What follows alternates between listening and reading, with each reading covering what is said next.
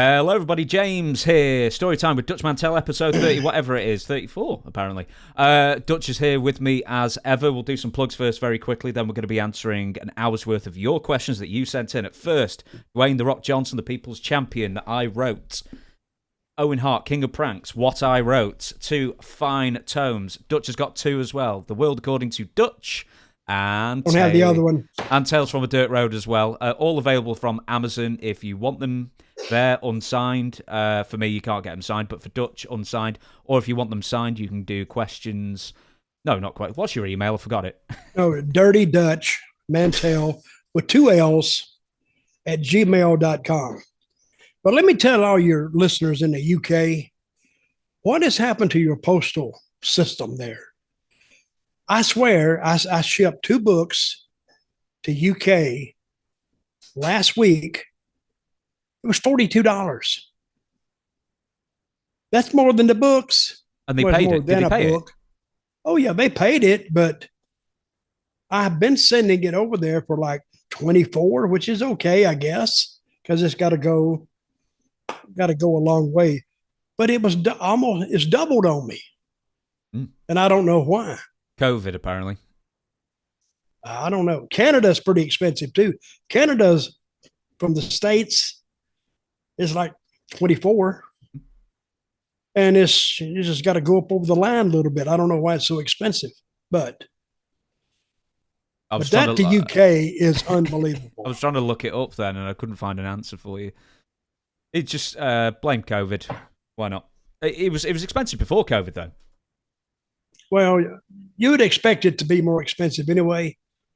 But in the States, I sent it for like, I don't know, $5, $6, which is okay.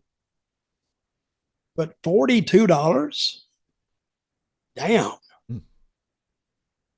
No wonder they got all the money. Yeah. I'm sorry. I wonder how much it costs to send something to Saudi Arabia. Contracts, they've got to be sent by airmail. Oh, yeah. Oh, and got to go through customs and all that kind of stuff. So anyway, let's get started here. Don't talk about going through customs with me, or I'll just launch into a Norway rant straight off the bat. Is that your Norway story? Hey, we're going to keep this. We're going to keep building this story to where the people are dying to hear it. They threatened me with expulsion from Norway on the way out. And you were leaving already? Yeah. In fact, they held me up. They would have just made it longer. You were paying to get out, and they were threatening you with expulsion. It's like with the TNA fans. So you ought to let them expel you and save your ticket. That was your line with the TNA fans. Don't charge them to get in, charge them to leave. That's how you make more money at a wrestling show. Yeah, you let them in for free. And you charge them to get out at higher prices. Oh, God, yeah. And the longer they wait, the more it's going to cost them. So if you leave during the first match, it's only like $15. Second match, it's $20. If you wait after this, then it goes up increments of 10. Main event, if you leave when the show is over, it's like $90.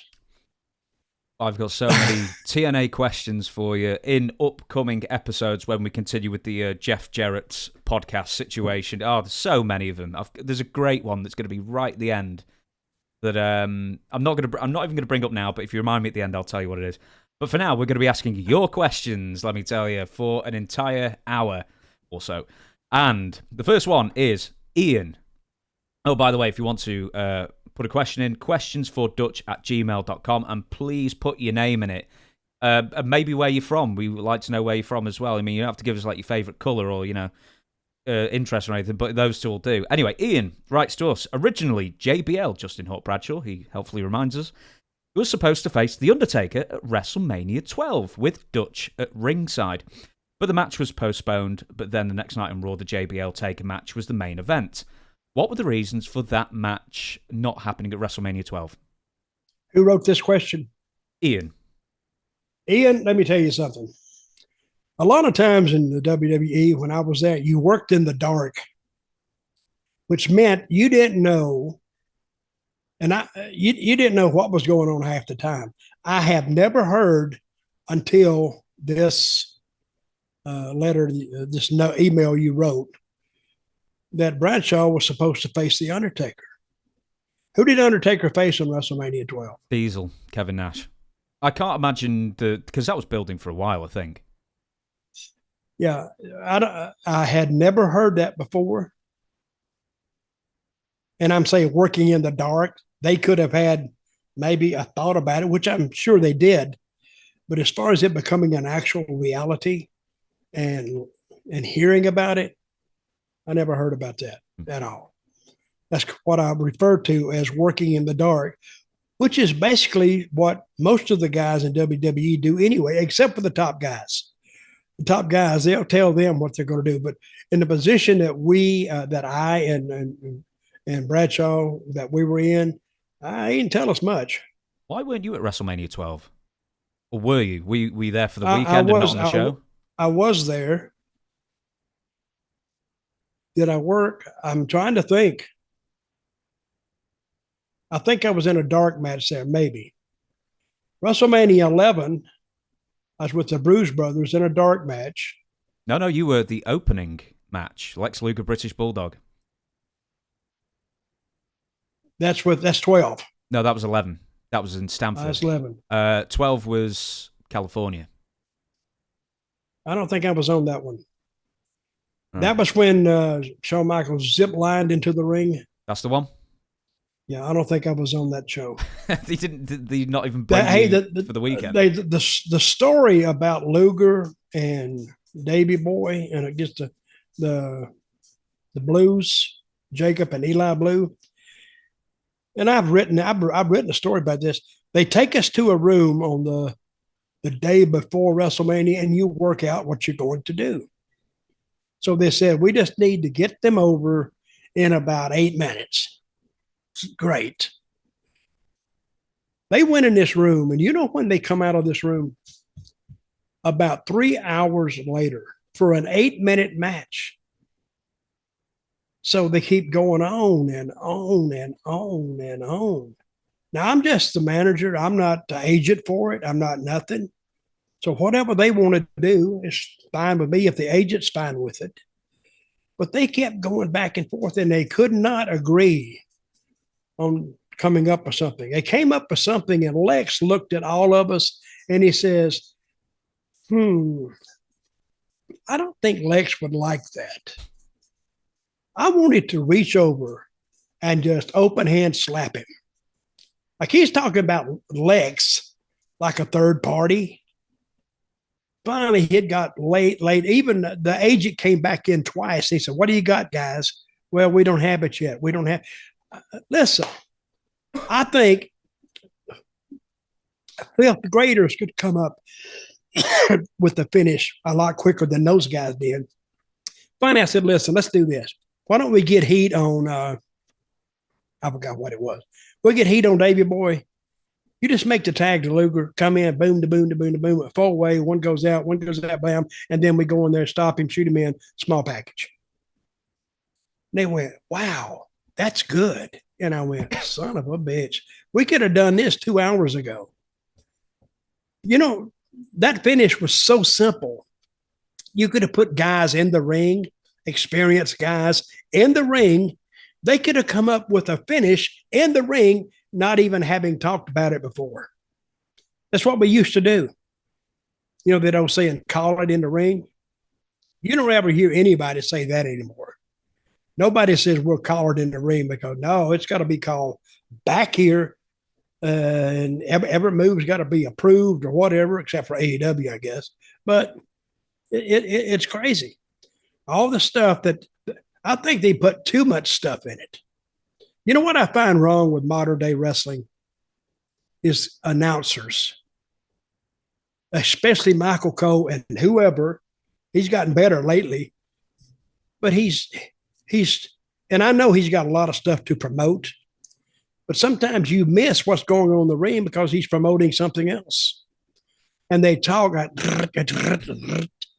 it's so staccato that you miss a lot of what he's saying. That's why I miss good commentators, color guys like Heenan and Lawler. They would say something totally off topic, but kind of funny. And it made listening to the match a lot more enjoyable than this, just to hear two guys call it, hold for hold or play by play. It drives me nuts. I don't know if I've asked you this before, but if we're talking about commentators, who are your favourite commentating duo? Is it like Lance, maybe, and Dave Brown? They were good. They were really good because they didn't overtalk each other.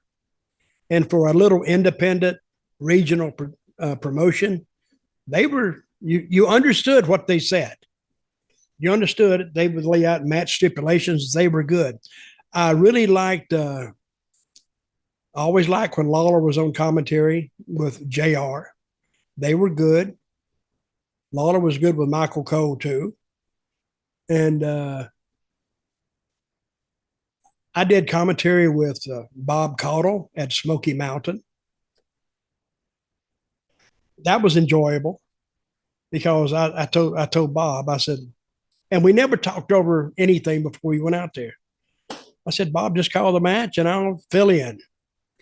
And he would say something, then I would say something stupid, but we never argued. Sometimes JR and Lawler would kind of get into it. And but me and Bob, no matter what a stupid comment I made, Bob would never argue back, or he would say something and then we would go on. But a lot of people said I really enjoyed the commentary with me and Bob Cole because it's there's a difference for being funny and being stupid funny. Lawler sometimes is stupid funny, and I am too. But to me, that's you gotta get it, and a lot of people got it, so they enjoyed it. Who was your childhood wrestling commentator? Who was the first voice that you remember hearing? I think Caudle. Caudle was the one. Because, hey, when I was a kid, TV was in black and white. Came on at 11 o'clock at night.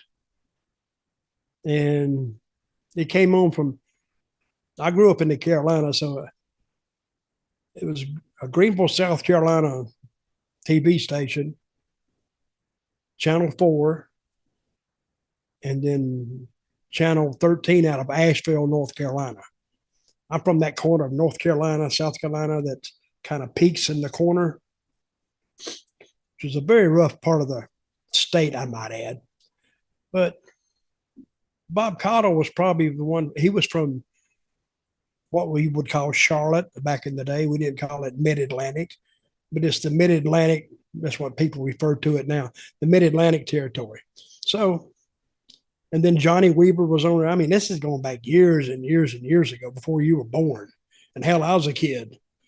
That's who I listened to. We will move on to the next question. Barry, I know when a wrestler goes from promotion A to promotion B, they must leave behind the gimmick and the wrestling name, like Scott Hall stopped being Razor Ramon when he was in WCW. Does that include their finishing move, which we know it doesn't? But or is it just a move that something cannot be trademarked? And also, is there a finishing move that Dutch saw and that he wished a modern wrestler would use? What are his favourite finishing maneuvers? Well, I don't necessarily see a finishing move is good for a baby face. Heels have them now. But see, wrestling today is so much different than it was 30 years ago, because it's advanced, especially the production techniques. And what was the first question he asked? Can you trademark a move? Well, you can, I guess. I don't know how you'd enforce that. And you can't take a name, but you could before. Back in the day, you had one name and you took it everywhere. Nobody owned it because nobody claimed it, because we didn't even know about that stuff. When you got to WWE, they trademarked the names and you couldn't take it anywhere else. Because say I was Zeb Colter there, I can't even use Zeb Colter today. I can use formerly known as Zeb Colter, or AKA Zeb Colter, but I can't really advertise myself. I don't think they'd say anything, but legally I don't have a right to the name because they own it. It's their intellectual property, they say. And so they own that. With the finishers, were there any finishers maybe 70s, 80s that were more prevalent that no one uses today and you wonder, or maybe just a move that you really loved back in the day in the territories that no one uses anymore? No, not really. I'll tell you what you don't see anymore. It's called a bill. You know what a bill is? Throw, isn't it? It's just a throw. Well, it's a running hip toss. And they even teach that wrong in the Performance Center in Orlando. Because to give a guy a good bill where you can, when he jumps and you throw him, is you hook your whole arm underneath his ear and you're throwing him, literally throwing him once he leaves his feet and he's going, you just add him a little more. But now I have never seen a correct bill in the whole time I've watched the Performance Center, NXT. They do this. They grab a guy here. Well, I did that one time when I broke into the business. The next thing I felt was the guy stopping and open hand slapping the crap out of me. So I knew I'd messed up. What it is like, a little bear, he messes up the cub, and the mama slaps the crap out of him. Like, don't do that. And we got back dressed room, and I can't remember the guy's name, nice guy. But he says, listen, don't ever, ever grab me with your hand under my armpit because I'm not going anywhere. Said it hurts. I don't get any distance. I don't get any height. I just go over, spin, and land on my hip, and I hurt myself. He said so, and then he showed me how to do it, and I never made that mistake again. So, and I've had a guy try to do me that way one time. I just turned him around and cuffed him a little bit. Not too hard, but just don't take it. But I don't know why they teach that move to do it like that because I've never done it like that. Another thing is an arm drag. Arm drag is so simple to give, but guys like to grab arms and go over, but you're getting tangled up. The guy that taught me to do the arm drag is when you lock up with a guy, you never remove this hand on the back of the neck. All you got to do is fall, and you take the bump. Now, everything is clear. Nobody gets hurt. You don't break your arm. I mean, a bad mat won't hurt you because a lot of guys have given the move and the mat be a little bit loose, and the guy breaks his arm. Now, if I could fix anything at NXC, I would fix that. I don't know who teaches that, but these are guys who supposedly know how to work. They may know, but you don't see a lot of arm drags or bills anymore in WWE or AEW or anywhere. Just very quickly, in territory days or wherever it may be, two wrestlers who happen to have the same finishing move. Have you ever experienced that in like the whole gimmick infringement thing where one person takes from another wrestler's established move and then there's an argument over it? Well, not only did they have an argument, I've seen a fight, but it wasn't over a move. It was over an entrance. When I was in Memphis, it was the Fabulous Ones. It was Steve Kern and Stan Lane, and they were the Fabulous Ones. And brother, they got over. As singles, Steve Kern and Stan Lane couldn't draw you a deep breath. But put them together as the Fabulous Ones, and Jerry Jarrett did some videos on them, made them like, I don't know, like almost like they were good-looking guys. So he would trim them down and put them in their little shorts, and women loved them to death. So, and they drew all kind of money. So then they had Koko B. Ware come into the territory as Stagger Lee under the mask. And he played music, and he went around the ring and shook everybody's hand like the Fabulous Ones were doing. Somehow, some way, Steve got in his head that Stagger Lee or Koko were stealing their entrance. And I'm sure he was told to do that by Jerry Jarrett or Jerry Lawler. And I saw nothing wrong with it. I mean, it's just a couple of acts going out there and circling around the ring, not necessarily like you're copying them. But Steve took offense at that. So one night we're in Nashville, and the fabulous ones weren't even on the card. And they come walking in the dressing room. And I said, wow, aren't you guys in that other town tonight? They said, no, they said, yeah, but we're not going or something. I found out real quick what he had come to do was to confront Koko on why he was doing that. And they went over in the corner and they started talking. And Stan stood back, and I'm watching them. All of a sudden, the fight broke out.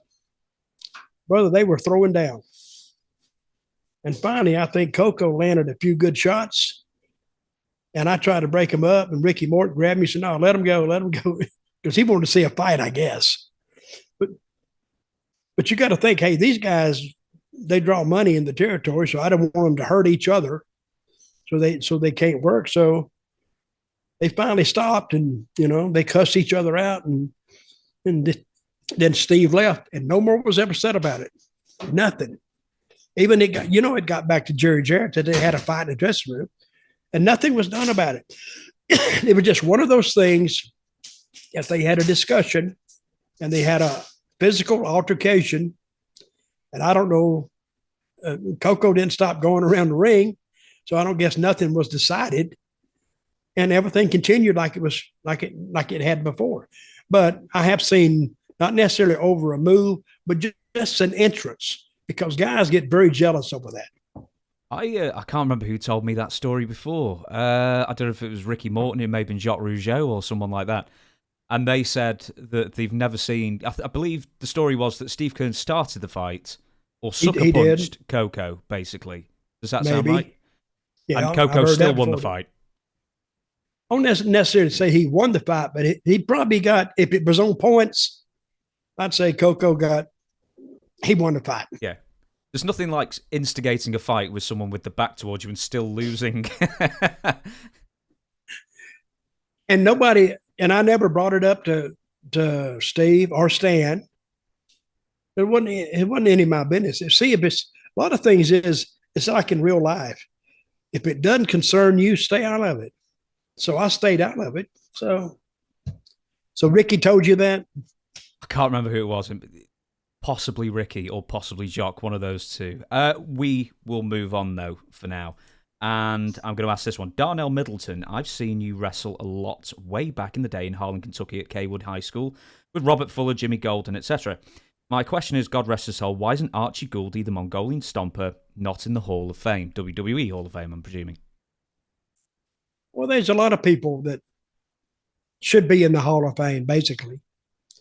Is Abdullah the Butcher in the Hall of Fame? Yes, he is. And superstar Billy Graham had a big cry about it. Is Stan Hansen in there? Yes. Is Brody in there? No. Well, and Archie Goldie, I don't know why he's not in there. There's a lot of people that should be in the Hall of Fame that are not in the Hall of Fame. And does he deserve to be there? I would say yes, but I don't think enough people saw Archie back in the day. He's from Canada, I think. And maybe there's only certain territories he went to. So I don't think a lot of people are familiar with his body of work enough to, I guess, even put him on the ballot to be on the Hall of Fame. But who was that comedian that got in there? What was his name? Comedian. Drew Carey. Drew Carey got in there and never had a match. So I don't even know who's in charge of the Hall of Fame. I really don't. Well, it used to be. But there's a lot of people that will never get in there that should be in there. Did you have any matches with Archie? No, never him. I was just in dressing rooms with him. But he was a tough son of a gun. He finally retired, I believe, around up in Knoxville. They had a territory there one time, run by Ron Fuller. And he actually quit wrestling and became a sheriff's deputy in some county around Knoxville. And I think he passed away not long ago. Is 2016. Is that true? 2016, okay. He passed away. Yeah. But good guy. Really good guy. Yeah, he was at the Smoky Mountain Wrestling Show. Was it Night of Legends or something like that? But he turned up for one match, I think, didn't he? 92. Maybe 92. Yep, 92. Hell, I can't remember the 90s anyway. That's how you know you had fun. Well, I don't know if I had fun or not. I guess I lived through it. The 90s was like, if you mention anybody else, what were you doing in the 90s? Well, they can tell you. What was I doing in the 90s? I don't know. 91, I couldn't tell you. 92, couldn't tell you. 94 and 95, I can tell you. And then 96. And then it's all a blur. See, when you go up and down the highway, this is what people talk about sometimes how crazy wrestlers are, out of touch they are, or whatever. You might as well be talking about a truck driver sometimes, because we did more miles than truck drivers, long haul truck drivers. You start out in Memphis, 225 miles. That's 450 miles you do in a day. Some days you do 600 miles before the day is over. And after a while, especially late at night, you see that, what they call the white line fever. It's going, and you just see them coming by. That's why a conversation on trips were essential.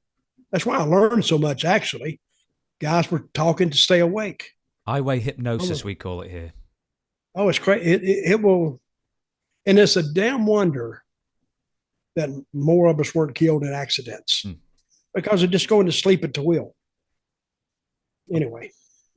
Next question. Emily. Hi, Dutch and James. I listened to one of your old podcasts where Dutch talked about wrestling in a prison in Kentucky.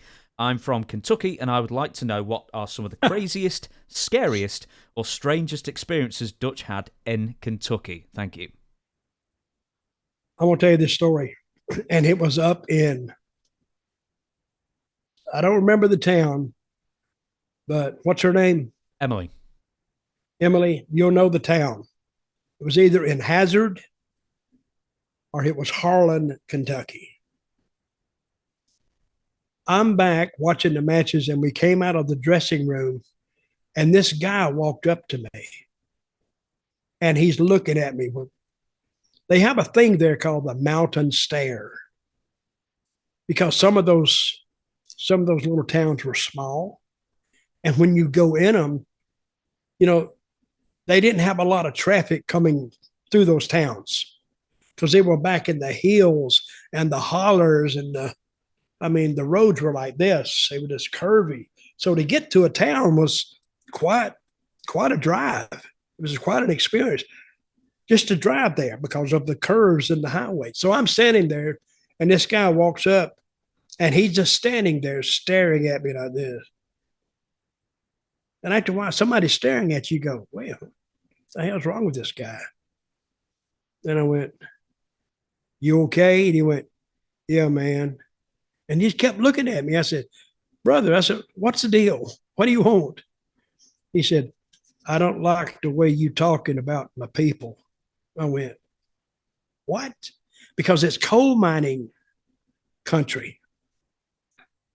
And sometimes they can get, it's called black lung disease. They suck that coal dust, and it'll kill them. And I had talked about it on an interview. I said, not only does it get in your lungs, and I shouldn't have said this, but I said, I think it gets in the brain. So the guy was looking at me in his eye. You ever see Deliverance? Oh, years ago, yeah. Well, it was like Deliverance. His eyes were going in like this. And I'm looking at him, and I could tell he worked in the coal mine because his skin had still like a darkish tint to him. And he says, I don't much appreciate the way you talked about that. Not that. I don't appreciate the way you talked about Dad. What are you going to say? And I said, well, I said this. I said, well, yeah, I'm just talking.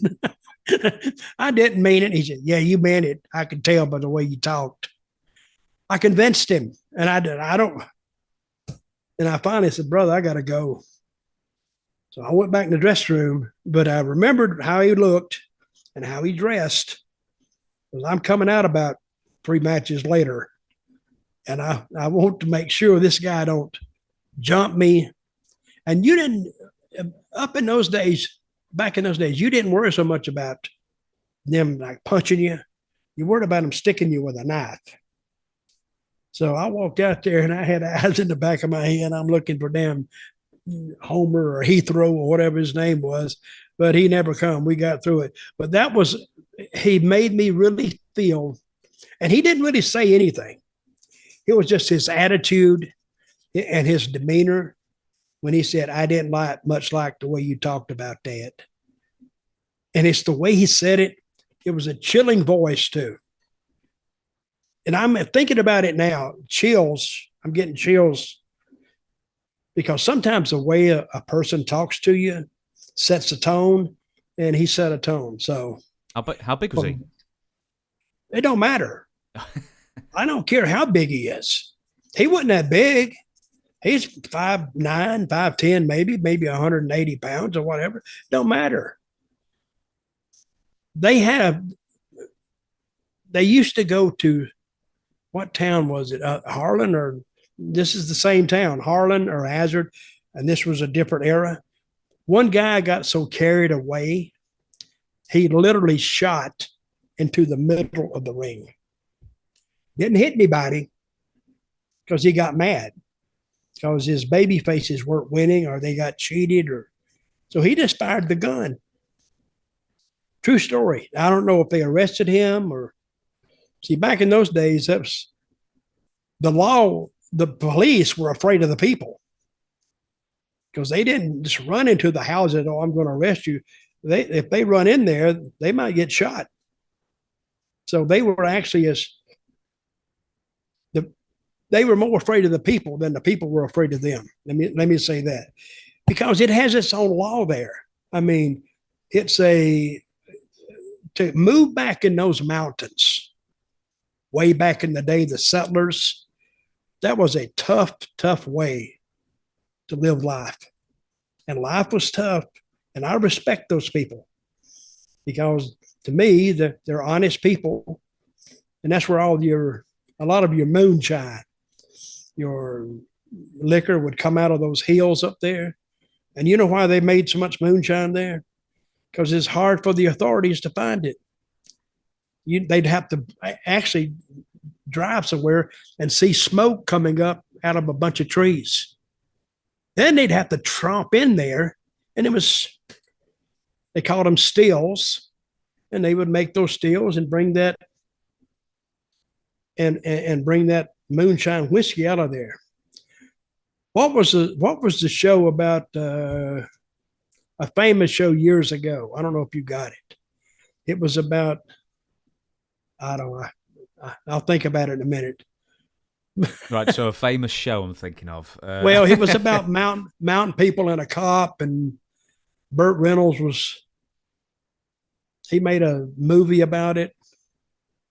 Anyway, but anybody from Eastern Kentucky, they know what I'm talking about. There you go then, and try and figure out what the film was or whatever it was as well. It was a TV show. Oh, TV show, right. Think of what it was. Okay, Charlie from Greenville, South Carolina. Question on talent getting over. Is getting over more reliant on how he/she is booked, or is their sheer performance and charisma the bigger factor? Can perfect booking get someone over that is only average? And can pure talent and personality overcome really bad booking? Well, let's go back. Can good booking overcome talent? No, sorry. Can good talent overcome bad booking, and can good booking overcome bad talent? Well, good booking can overcome bad talent, believe me. And I'll give you an example right now. Ultimate Warrior. Right or not, He couldn't work his way out of a paper bag. Couldn't even tell you how to construct a match, basically. He had to be told every move. Matches couldn't go long, but he had such a good body, and he was booked so hard he was over. So when he went to the ring, you better go get a seat, because if you went to get a Coke, it's going to be over by the time you got back, because he didn't waste any extra time in the ring. And the reason he didn't waste any time, because while he looked in great shape, he wasn't. His cardio was horrible. He'd be sucking wind after 5 minutes.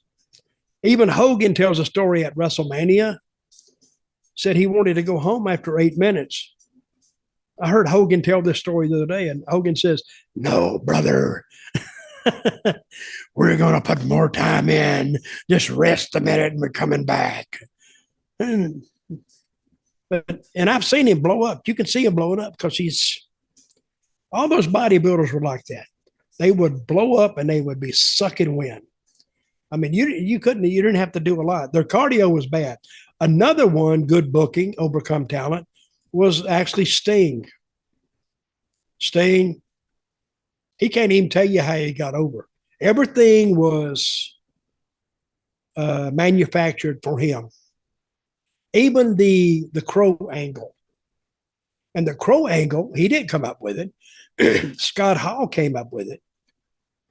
And they did it so well that the crow got over. Sting was a byproduct then, but he had something to go back to.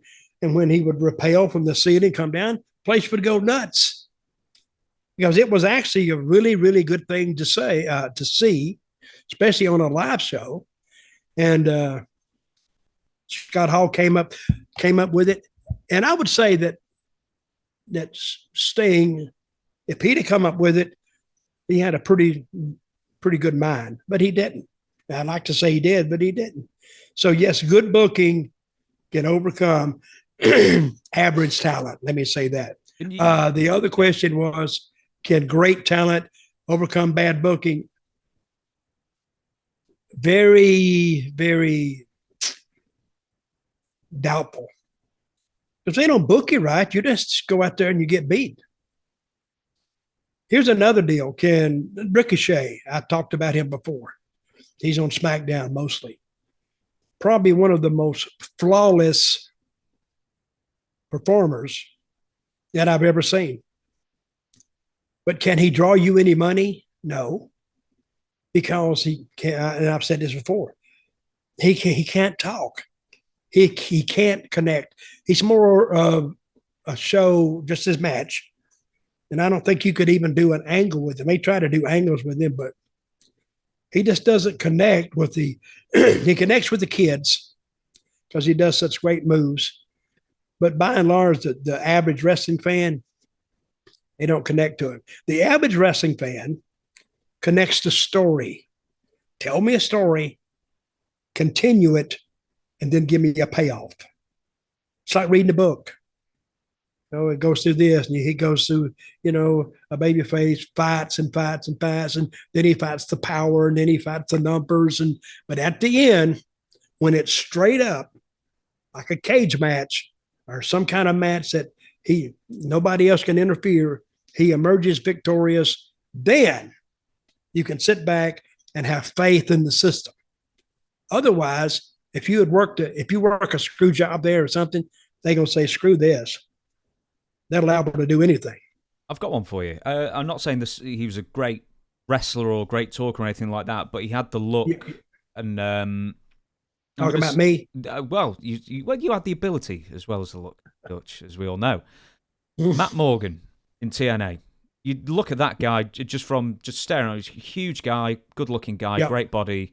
How could TNA and WWE just get nothing out of him as far as a return? And who was this? Matt Morgan. What do you look like? Oh, God. Dark hair? No, a beard, short, darkish hair, about like 6'9" or something like that. Well, I don't think they booked him right. is what I can say. I don't quite remember him that much. See, he was in TNA for years, and you can't remember him in that. I mean, that No, sort of shows it. Matt Morgan. Yeah. Let me pause a sec. I'll get you a photo. Okay, just for you guys, and that's Matt Morgan, and that's for you, Dutch. I know him. Yeah, huge guy. Yeah. Why didn't he get over? Well, he could have gotten over.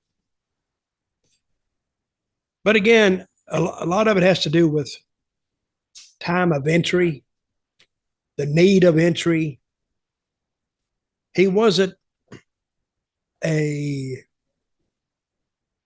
was almost too big to be a babyface, and too big. Well, you can actually be too big, but his interviews weren't that good, but he looked great. So, and a lot of times it's not the talent. I think we didn't book him right. Is what I would say. With good booking, he could have gotten over. This is what is lost in booking today: patience. You got to have patience to get any talent over. That's why I'm an advocate of not necessarily the total, what they call jobber, the total jobber syndrome. But the first time he's on TV, he just needs to beat the crap out of somebody for the first 2 times. Then move him up a little bit, then move him up. And then if you want to do something with him, involve him with some baby faces that are over. And of course, I don't like DQs, but sometimes DQs are necessary to keep from beating certain people. I think he could have gotten over. I think he could have been a top guy. I really do. And I read about him the other day. He's doing something with kids now. What is wrong? He has a son, I think, that has a health problem. I think he's a city commissioner. This says in Longwood, Florida. What's the name of the town? Longwood, Florida. Where is that? God knows. I live in Florida, and I don't even know where that is. I'm looking at personal life. South Florida. Gave us it's non-verbal autism. His son has. Yes. He has a nice-looking wife, nice lady. So, and I like Matt. I really do. Yeah. So, but I mean, it just goes to show the booking that you couldn't even remember his name or what he looked like from the name. Just shows when you said, I had him confused with a guy called Rip Morgan, and Rip Morgan he was a big guy too, not as big as Matt, but he was a big guy too. He's about 6'6" and long hair and a beard. Looked like actually a mountain guy, but I think he used to be with the sheep herders or the bushwhackers. Yeah, in Memphis, wasn't he? Was it Butch or Luke who left? I think so, or Florida somewhere. Yeah. We will move on. Enrique, who were sorry, I'll entirely re-say that. Enrique, you were with the WWF when Brian Pillman sensationally signed with the company after getting his legit release from WCW. And he had been making waves in ECW, and then I believe he had the Humvee crash, etc. He was deep into loose cannon territory at that time, and I've heard he practiced the character 24/7. What are your memories of Brian at this time? We're talking about mid-96. Well, I was in WCW first with him, and I had several TV matches with him because that came off me being on commentary and like bad mouthing him on commentary. So they finally worked a little bit of an angle with it, not much, but with the loose cannon thing, he played that role perfect because he was kind of a loose cannon, really. And they did a thing after I had left when he was with Austin, and where you heard the gunshot. That goes back to almost equal the belief of the limousine blowing up. See, they used to have some great cliffhangers. What happened? What happened? What happened? And it was done on tape. So when it played, it didn't play in the house. I mean, it played in the house. but your dirt riders couldn't say where he was, what happened, did it happen. So that was one of the. I remember that clearly, and I went, and I didn't say, "Did he shoot him?" I said, "Man, that's a hell of a way to end it," because now I'm interested. Now the guy down the street is interested. Now everybody knows, no, he didn't get shot, but they say, "Well, wait a minute, I heard a gunshot." Are they not saying it? That's where you want to get fans, to where they're questioning whether it's real or whether it's not. I call it the twilight zone. If you can get them in that twilight zone, you can almost do anything. Do you remember Edge? Was it Edge? And who was the girl he got on TV in the bed, in the ring? Lita. You remember that? Very clearly. I had the live feed because in the replays, there was a bit of bitty, a bit of booby that showed on the live feed. And in the replay, there wasn't. So I got the live one, which I was quite pleased at as a 19-year-old at the time. And it just roped them in. And they said, no, they're not doing it. But yet, at the same time, WWE had that edge to it. Did they really, really do this? And you're thinking, they're not going to do that. But you know what? USA Network nearly threw Raw off the air after that, apparently. That's bullshit, too. You think? Oh, they say that. They say that to make a position to their loyal viewers that we don't really advocate or support what we saw and what WWE did, and you can rest assured that you would never ever. They got to. You think they're going to throw off a property that's making them like 50 million a year or whatever they made? They're not going to do that. They're just giving it tongue service or word service just to pacify the people that the cancel culture. But and you said just last week that like Stephanie put out that announcement, or WWE put out the announcement about Stephanie, then put out about Vince. They just give it word service. So that's just what they did about trying to kick off WCW. It's just words. They're not going to do nothing. Very, very quickly, in '96, do you remember sharing any locker rooms with Brian Pillman, and was he truly in character as... in fact, I'm going to give you that question. Was he actually always in character even in the locker room? And two, I interviewed Ken Shamrock not too long ago, and he said the only memory he had of Brian Pillman was they were all out for dinner. Him, Steve Austin, Brian Pillman, a few others. And Pillman was deep into drug issues at the time, self-medication, all that kind of thing. And it was a regular occurrence where he was taking some pills and then he just falls asleep right in his dinner. Was that anything? Yeah, I heard that. Oh yeah, that's true. He had a severe drug problem, and I don't know if, and this was after I think they got the drug policy, because, but yet he could have taken painkillers that he could have been prescribed for, and WWE couldn't have touched him anyway, because he had prescribed medication for whatever he was taking that knocked him out. Oh, yeah. A lot of guys had drug problems. And we talked earlier, we may have talked on the show, the white line fever. Yeah. A lot of guys took pills to stay awake, and it became a necessary ingredient in their daily intake, especially late at night. They take a pill.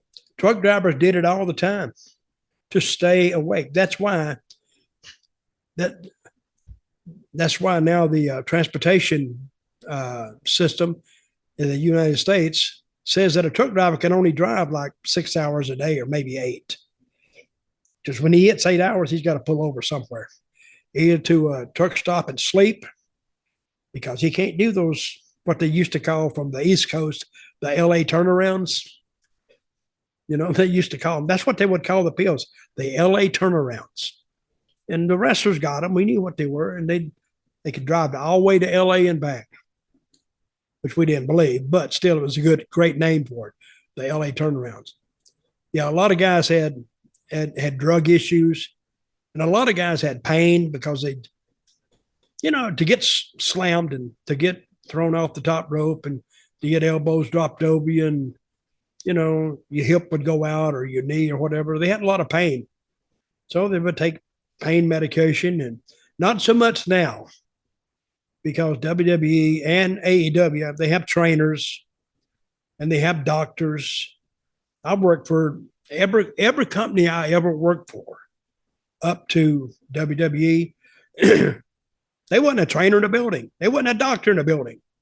If you want to go to the doctor, you better get a phone number and call it before you get there, because there was not one on the premises. The company wouldn't hire one. Too expensive.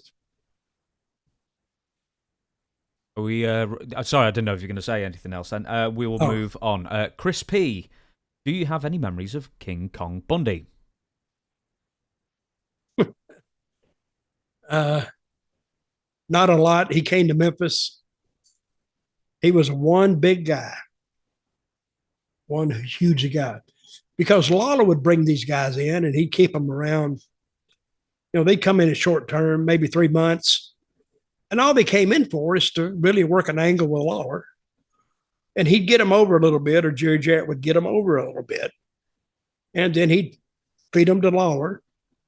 And Lawler would beat them. Then they'd go.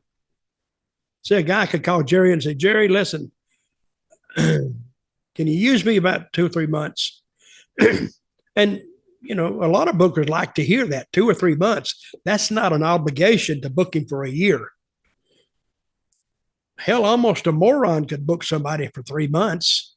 You get them over for a month, then you work the angle, then you blow it off. I mean, that's boom, boom, boom. That was easy. But he wasn't there long. Wasn't hard to work with. He was, and the people bought him pretty well. But for him to go a year, he would have died.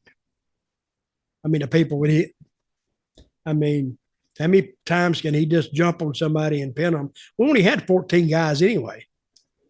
So if he come in and he beat 2 or 3 guys, he'd already beat half the roster, basically, and then go to Lawler. That's how they worked it. Yeah, I don't have a lot of memories about King Kong Bundy. He was teamed up with Rick Rude for a while. And that's all I remember about that. Did he have hair at the time? No. He did not have hair. Funny guy, though. Funny guy. Did he call everyone Little Man? I don't remember. He really didn't talk that much. He would talk, but he wasn't like overbearing. He was a nice guy. He would say hello to you, and what you would expect, you would show normal respect for your comrades and your working buddies.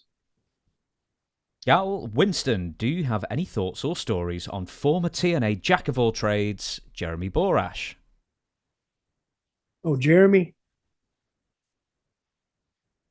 He was, I think he started with WCW, I think. He did.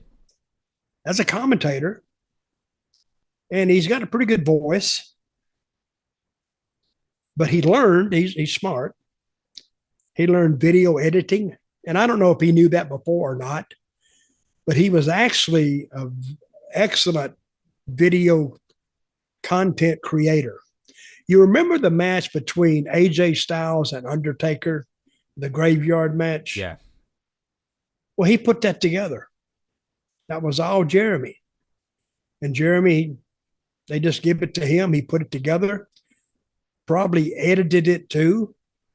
And I thought it was a great job, told a hell of a story. And it took them from start to finish of him editing the show. I think it took him, just to shoot. They started at dark and shot all night to sunup. That's how long it took to do that shoot. But it told a great story. And I still remember the hearse drove in and you think it's Undertaker. Then they pulled the coffin out. And it's AJ Styles in the coffin, which was a good little switch. Then he called Undertaker out, and here comes Undertaker. and they have their match. And I'm thinking, that opens the door for every retired talent in WWE to come back and do that. You? No. Well, I could come back and do it, but it won't be worth a crap. But even Mick Foley says, hey, after seeing that, I got one more match in me if I can do that. And that was a match they put at a pay-per-view that they didn't even have to go to. I mean, AJ didn't have, they already had it. They just played it for the, and to play a taped match in an arena. Sometimes, they come to see live matches, but they loved it. The people loved it because it told the story. And I think Jeremy did an excellent job on it. He really did. So, did Undertaker's brother or something die the day before? I don't think so. Well, I think his mother died at some point. How do you know all these things? I think it was actually on the documentary. I think it. Oh, for God's sake, I put Undertaker mother died WrestleMania, and it's like a backstage. Did Undertaker actually kill his parents? That's on Quora. Bloody hell! There you go. No. I've got a feeling one of his family members died just before they filmed it or something. Anyway, I'll move on. Well, I know his mother passed away, and possibly his brother too, but I don't know when. Right. Okay, so we've got it here. The Undertaker said that after visiting the site of the Boneyard match the day before filming began, he received a call from his niece. On the ride back to the Performance Center in Orlando, Florida, the Undertaker's niece informed him that her father and his brother, Timothy Calloway, died of a heart attack. His brother? Yeah. The day after? I think it was the day after the shoot. Was that part of the shoot, or was it visiting the site and then they filmed it afterwards? I don't Anyway, I don't know. Either way, we've got time for just a couple more quick ones anyway. Jimmy from Oklahoma, hey Dutch, love your stuff with swagger. I was 13, and it was always the best part of any WWE show in 2013, 2014, in my opinion. I have two questions for you. In Smoky Mountain Wrestling, you started the show with signs that always makes me die laughing. Did you come up with the jokes, and whose idea was it for you to have the signs? Well, it was my idea. But I'll say one thing about working in Smoky Mountain. Cornette never told me what to say. Jimmy never actually briefed me on the show. We never actually went over the show. He'd write it, and he would have, I guess he met with Bob Caudle, but I don't remember a lot of production meetings in Smoky Mountain. We may have had them, but he never told me unless something was really, really important, or I had a Down and Dirty with Dutch segment to do. And that was basically my connection to Jimmy back in the day. Yeah, I would come up with those signs instead of just standing there and opening the show. I'd have a sign, and it was a stupid sign. And sometimes yes, Bob is bald headed. I'll be looking, and Bob never saw the sign. He was like the village idiot. And he said, "What was that sign, Dutch?" I said, "Oh, nothing. You wouldn't be interested in it." And I would never relate to it. So, and it was my idea to do the signs. And what was the second part of that question? Oh no, it was whose idea was it? What? And did you come up with the jokes on the signs? I did come up with that too. Jimmy had nothing to do with it, and I did that for a short while in WWE, which I thought was very effective. It's actually better than an interview, I thought, because now you have the fans putting their spin on what you said. Of course, my whole deal in WWE was illegal immigrants, and I would say every 90 seconds an illegal immigrant steal something or sneaks something across the border. I've got it right here, in fact. Yeah. Illegals make me ill. And then I had one time, I'm talking about illegals. I said, deport Santa Claus. Yep. I got a picture of that. And they were actually pretty good signs. And then they told me not to take a sign anymore. And I went, I don't get it. Why not? I didn't force the issue, but I thought that was one of the better parts of the entrance, really. So you never got a reason for don't do that anymore. No, they said just don't leave your signs behind. They didn't say don't do it. They just says leave your sign behind, which is don't do it. So I got mad, so I shot him. You put it on a sign, I will shoot you. And the next question he brings up as well is, and I don't think we've ever brought this guy up before, what was it like working for Bill Watts? Plus any good Mid-South stories. Thanks, love the show. Well, I learned Bill Watts to work for him. I got along with Bill. He's a very verbal guy. He would holler and scream and carry on. Not at me, because I think he liked me.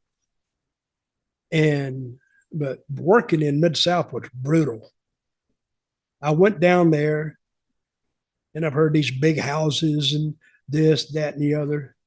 Yeah, they have some big houses, but those miles, we would all live in somewhere central of the territory, and it happened to be Alexandria, Louisiana. That's the most boringest ass town I've ever been to. I mean, it was central. Yeah, I got that. It was central to New Orleans and Baton Rouge, and it was central to the Arkansas towns and Tulsa and Oklahoma City. But every 2 weeks, you would leave Alexandria to go to Oklahoma for some kind of a spot show on Saturday night.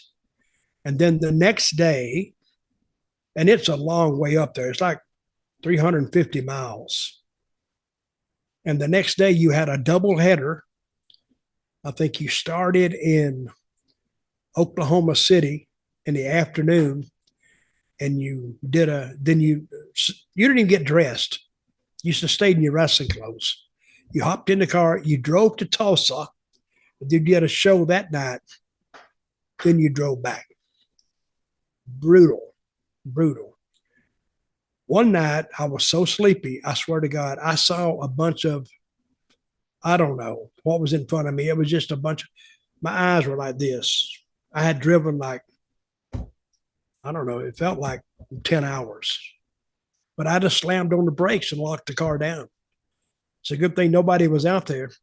But I had apparently thought I saw a bunch of people or a car in the road. And then, of course, me screeching woke me up. I looked around, there was nothing there. So I pulled over at the next place I could get coffee and just load it up. And that's why I say, I've said this before, it's a wonder more wrestlers haven't been killed on the road than what has already happened. Crazy. But and the Bill Watts thing, I would always go into the town and I would do say I would be in Tulsa and I'll say, hello, Oklahoma City. I'd always do that. Of course, first thing, I don't even know where I am. And then I would go to Oklahoma City that night and say, hello, Tulsa. I'd always get them confused. But I kind of kept that little spiel in there, which gets a little bit of a rise on them. And I'd always do a little bit of an interview before the match, which I always like to do. It'd be about a minute or so, but the people gives them a little bit of entertainment. It's better than just two guys walking down there and having a match. But the fans were very receptive. I mean, and they really like good wrestling, and the wrestling was great. He had a show, I think, Shreveport. That's where he did his. It was called the McNeely Boys and Girls Club. And we would go there like every 2 weeks and we'd do TV. I remember one time I went out there and I was working with this guy. I don't know. Ernie Ladd was there. And I love Ernie Ladd to death. And I met him in Florida and he always liked me. So I would ride with Ernie a lot. And you're talking about flying a lot, like in those trips in Florida, like and in Charlotte. He would rent a little plane And he'd ask me, Dutch, you want to go with me? Well, hell yeah, I want to go with you. I get to fly to Miami. Because it's only like 45 minutes, an hour, and you drive is 4 hours. So I would fly down there with him. So that Ernie, I came to Louisiana and I had a bullwhip.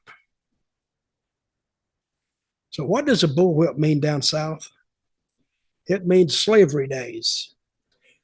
Brother, I would go out in some of those towns, and Ernie loved it because, and I have gone out in towns with that bullwhip, and the fans that we would draw, they would be a predominantly black town in Louisiana. All the fans were 90% African American. I swear to God, one night, one of the most eeriest feelings I ever had in my life, I forgot where I was. Some town in Louisiana, and I looked out, nothing but Afro Americans. A sprinkling of Caucasians here and there. And I walked out there with that bullwhip. Brother, silence. But the silence was deafening to me because I'm saying, these people believe that I am representing the slave master. Of course, I went in the ring. I guess I was getting Snowman. Brother, and they introduced him. The house came in. They wanted him to literally kill me. So at the end, of course, he won the match. And I got that. I got him down, and I went for that bullwhip. I saw him coming. Whoosh. And when I saw that, because we had this set up anyway, I told him when I go like this, grab it. And we pull, pull, pull. Then you get it. And then when he got it, the house come down again. And I said, I want you to take me by the hair, be hit me with the whip, take me back to the dressing room. Because I wanted him to escort me back. That's because the crowd wouldn't get on me. But that's that was a eerie feeling. Even though you said, well, it's a setup, it's just make book crap. Because when you touch an issue like that, of course, Watts didn't have any qualms about touching it. This was, I don't even know when this was. It was probably in the 80s, I guess. But still, it was alive and well during that period. Because Ernie Ladd told me one time, I brought him with me, he said, brother, because he would tell me football stories when he played in the NFL. And he told me this story one time. He said, Dutchman, he said, I was a little bitty boy. He said, my grandmama, she'd call us in around the big fireplace. And she built a big fire. He said, me and my cousin, we'd sit around and we'd listen to my grandmama tell stories about our ancestors back in slavery days and tell them about this and about that. I said, oh, wow. So those stories, like I tell stories here, Ernie still had stories that his grandmother told him. And it's about the slave owner, the slave master, and the whip. And, it was brutal. It was brutal. But hey, just because some stupid bastard had that 100 years ago or 150 years ago, don't mean I've got to be punished for it now. And at the time when I went to Louisiana, I looked at that whip and I said, I wish I'd never met you. I threw that some bitch over in the corner. And I actually refused to take it out a few times. And then Watts say, where's the bullwhip? You're not taking it. I said, oh, I forgot it. I forgot. I didn't forget it. I just left it. But that's my story about Louisiana. Well, I just want to clarify, actually. You said Ernie Ladd, and then at one point you mentioned the Snowman, but that wasn't the Snowman the wrestler, was it? Or Snowman the wrestler. Right. From Memphis. Yeah.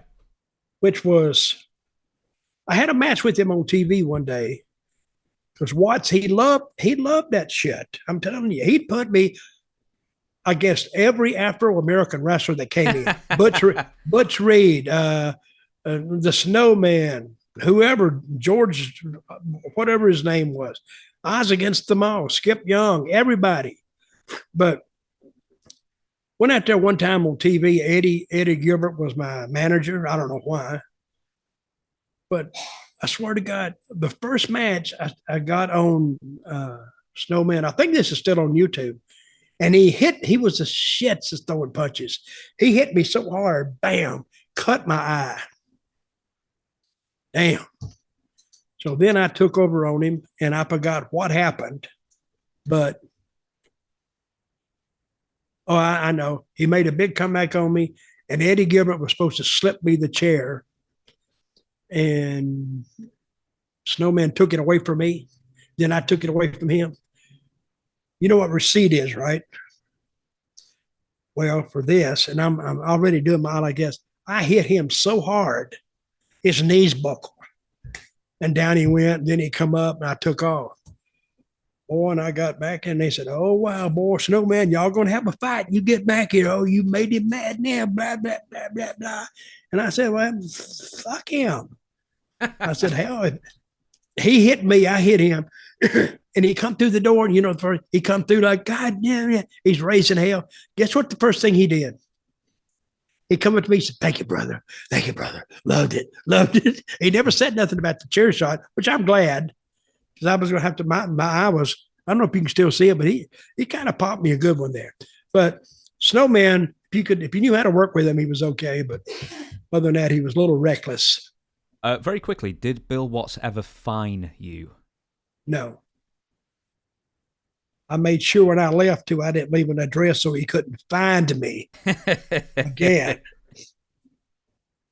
It was crazy. Well, right, we've got time for just one more question. It's either about Alberto Del Rio or Rick Rude. Which would you prefer? Let's go with Alberto Del Rio. Alberto Del Rio. John Vang. Hey, Dutch, love the podcast. My question is, how did you become the manager of Alberto Del Rio? Well, I was hurt. I took time off to get knee surgery. And in the process, I think on the way back, Vince was the head of creative. He had this mindstorm. He says, "Well, what if I put Dutch with Alberto Del Rio," which was really the most stupidest idea I've heard, because it went against everything that he had been saying before I left and what I had been saying before I left. And he put me with him, and we tried to make Mex America. It don't work. I mean, I can make the people uncomfortable and mad a lot easier than I could win them over. But this was Vince's idea, and they told me, and how you going to go tell Vince that his idea sucked? I mean, you could. They just might just say, "Well, just go home and stay there. Then I come up with something for you, and I want a reason it will work and why it won't work." I had a reason what would make it work, but he didn't want to hear it. So, and it was what I called disabled or dead on arrival. Absolutely. Because when I came out on that pay-per-view or whatever we were on, everybody thought a Swagger was coming with me, and Del Rio came with me, and people went, "What the hell is this?" It just didn't work. They've told me at creative meetings, he said, "What are we going to do with Zeb and Del Rio?" And he liked me to always say, when I would say Alberto Del Rio, he always wanted me to roll that R, Alberto Del Rio. He just loved that. And he said, every time you say it, he said he'd bust us out laughing. And he always liked this, sneaking across. He always liked that. So, but he would ask the creative team, "What are we going to do?" And they just look at him. They didn't know what to do because they knew it was a bad matchup, but yet it was their job to tell Vince they're not getting it, because I didn't get it. Del Rio didn't get it. None of us got it. And finally, Vince, he never got any positive feedback on it, so they just dropped it. I had an idea of why it would work, would turn me back heel, is we sucker Del Rio into defending me, and then we both turn on him. That would have been the perfect out for that, but didn't want to hear it. What did Del Rio think about it? Did he just go with the flow, or did he voice his concerns? No, he thought it sucked. What did he think about what? No, that's what I'm asking you. Did he voice his concerns to you or creative? I don't think he said anything either. I don't know. Because sometimes when you speak up, wrong thing to do. And I spoke up, not to Vince, but to some of the creative, but they didn't have the balls to tell him. And I don't know why they didn't tell him. Even Michael Hayes didn't tell him, which was, I even told Michael. Michael Hayes didn't tell him because sometimes you have to tell the person that you think Vince would listen to, and he wouldn't listen. If he wouldn't listen to a creative member, even an ex-wrestler like, Michael could make sense to him in a wrestling sense, kind of. But no, I never heard anything, so they just finally dropped it and quit booking me, and I finished up shortly thereafter. Did you continue to travel with Jack? You didn't start traveling with Alberto, did you? No, I traveled with Jack. I still traveled with him. We just get there early and leave early. So I never traveled with Alberto. No, I'll leave that for another time. We'll shut down this podcast. Thank you very much, everybody, for watching. One more time, we've got books to sell. Links in the description if you want signed books. T-shirts coming.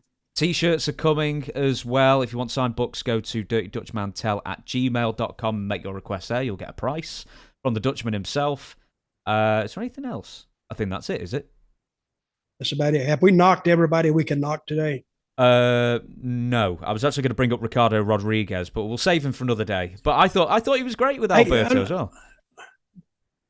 With him? No, the manager, the announcer with the tuxedo, Ricardo Rodriguez with Alberto. Oh, he was good. Yeah. Let me tell you about Ricardo very briefly. He actually thought I was racist.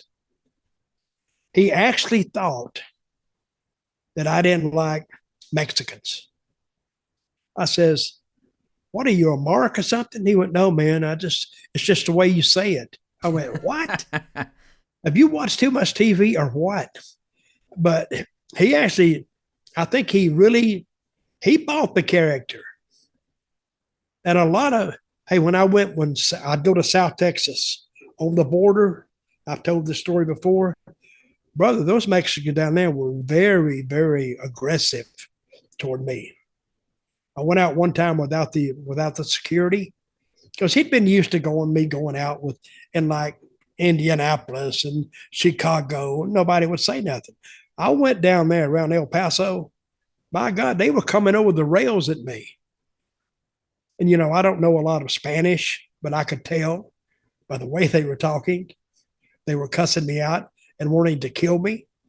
And I remember going back, and I forgot his name, Jim. I said, Jim, where were you at? I was back here. I said, brother, you didn't see those people out there? He said, no, they're not going to do nothing. I said, are you kidding me? I said, if I get hurt out there because you're not out there and I got to fight one of them and get hurt, you're fired. Because I was mad at the time. The next night he went out with me, and it was another town on the border. Brother, they were just as aggressive there. And he looked at me and he said, you wasn't kidding? I said, no, why would I kid? I said, your job is to protect me. And you need to do your job instead of standing in the back drinking a Coke or drinking some coffee. Go out with me. He said, okay. Never had any more problems with it. So that's my story for the day. Oh, well, did you and Ricardo ever make up, or does he just still think you're a racist now? No, he never thought that, because, Del Rio was a pretty good guy, but he had a bad temper. Really bad temper.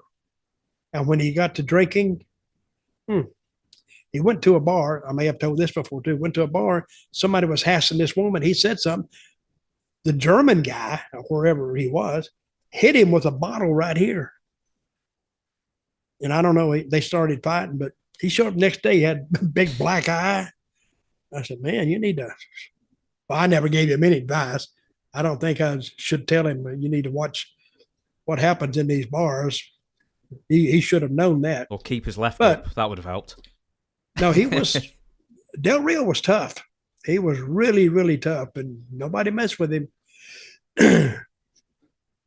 I think on that note, we're going to shut down the podcast. Are we ready? Are we good to shut? I can't think of what else I do for an outro. We've done so many. I've done so many outros and I always forget what to say. Oh, yeah. Well, we got it. Either way, books, T-shirts going to come out soon. If you want questions in questionsfordutch@gmail.com. But for now, thank you very much for watching, and we the people, Dutch. We the people.